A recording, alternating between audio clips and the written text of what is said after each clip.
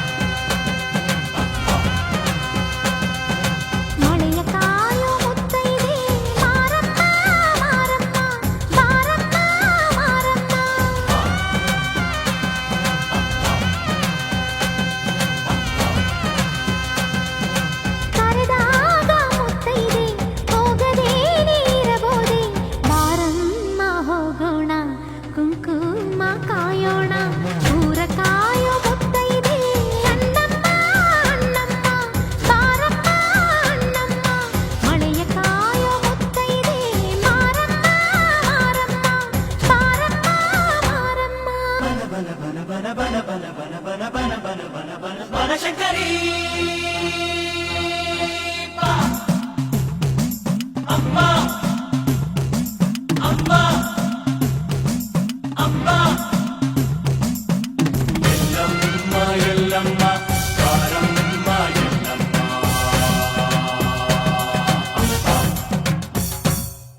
ದಿನ ಬೆಳಗಾಗಿ ಪ್ರತಿ ಮುತ್ತೈದೆ ನಮ್ಮನ್ನು ತಾನೆ ನೆನಿತಾಳೆ.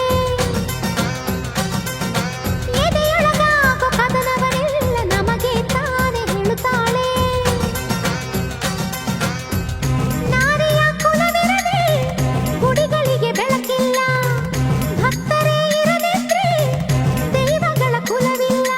ಅರಿಶಿನ ಕುಂಕುಮ ಹೂವು ಬಳೆ ಅಕ್ಷತೆ ಮುಡಿ ತುಂಬಿಕೊಳ್ಳೋಣ ತಾಳಿ. ಇವತ್ತು ವಿಶೇಷ ಏನಂತಂದ್ರೆ ತಾಯಿ ಗಂಗಮ್ಮ ದೇವಿ ಆದಿಶಕ್ತಿ ಗಂಗಮ್ಮ ದೇವಿ ಪ್ರತಿಷ್ಠಾಪನೆ ಮಹೋತ್ಸವ ಕುಂಭಾಭಿಷೇಕ ವಿಶೇಷ ಹಾಗೂ ತಾಯಿ ಗಂಗಮ್ಮ ದೇವಿಯ ತಂಗಿ ಈ ಗ್ರಾಮ ದೇವತೆ ಸವೇರಮ್ಮ ದೇವಿಯ ಉತ್ಸವ ಊರೆಲ್ಲ ನಡೆಯುತ್ತಿದೆ.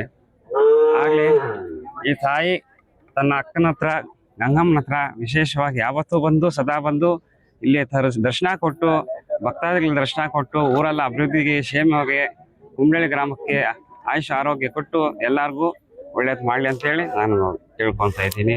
ಇದೇ ಸಹ ಎಲ್ಲ ಕುಂಬಳಹಳ್ಳಿ ಗ್ರಾಮಸ್ಥರು ಆ ತಾಯಿ ಸೇವೆಗೆ ಸದಾಕಾಲವಾಗಿ ಸೇವೆ ನಡೆಸ್ತಾ ಇದ್ದಾರೆ. ಸಂತೋಷ. ನಮ್ಮ ಹೆಸರು ವಿಶಾಖ ಸ್ವಾಮಿಗಳು ಅಂತ ಇರ್ತದೆ. ಈ ದೇವಸ್ಥಾನದ ಪ್ರಧಾನ ಅರ್ಚಕರು ಹಾಗೂ ಈ ದೇವಸ್ಥಾನದ ನಿರ್ದೇಶಕರು ಹಾಗೂ ನಡೆಸ್ಕೊಂಡು ಹೋಗ್ತಾ ಇರೋದು ಅಷ್ಟೇ ಸಹ.